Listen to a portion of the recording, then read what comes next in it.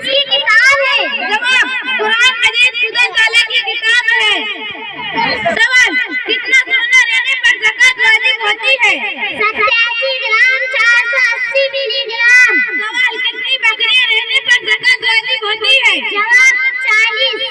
सवाल, कितनी गायें होने पर ज़कात वाजिब होती है? जवाब 30। सवाल, कितने किस्म के लोगों को ज़कात देना जायज़ है? जवाब 7 किस्म के लोगों को। सवाल, ज़कात का माल मस्जिद में देना कैसा है? जवाब दुरुस्त नहीं है। सवाल, ज़कात का माल अपने वालिद या दादा दादी को देना कैसे है? जवाब नाजायज है। सवाल, ज़कात कितनी फसल निकाली जाएगी? जवाब